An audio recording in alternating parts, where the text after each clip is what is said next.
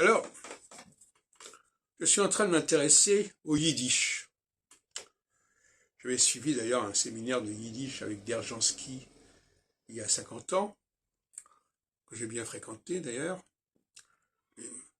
Et le yiddish, je vais continuer à travailler dessus bien sûr, mais le yiddish, c'est comme une langue juive, et c'est une langue qui a les qualités, par certains côtés, de la langue allemande, concernant le marqueur de genre.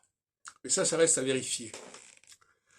Mais d'une certaine façon, il est possible que le yiddish soit une langue remarquable, c'est une piste, faire partie de ces langues matricielles, comme le français, et comme l'allemand, avec évidemment en français une meilleure maîtrise de ces questions, masculin et féminin.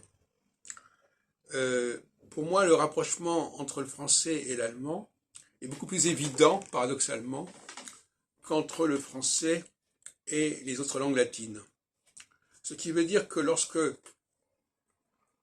le français s'est formé, il avait un background germanique qu'il a syncrétisé, d'une certaine manière, avec le background latin.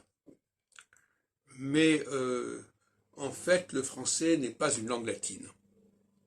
Il l'est lexicalement, mais il ne l'est pas morphologiquement, il n'est pas grammaticalement. Je l'ai montré, je le montrerai encore. Par ailleurs, je rappelle un petit détail, c'est que dans mes travaux sur l'origine des nombres et des chiffres, j'ai montré que la cursive hébraïque, qui pourrait être quelque part une cursive yiddish, aurait été à l'origine des chiffres arabes, contrairement à ce qu'on dit généralement. Je renvoie à mon ouvrage « Les mathématiques divinatoires », paru en 1983 aux éditions Très Daniel. Par ailleurs, l'État juif de Herzl est un ouvrage en allemand. Les débats autour du sionisme à Bâle ont été en allemand.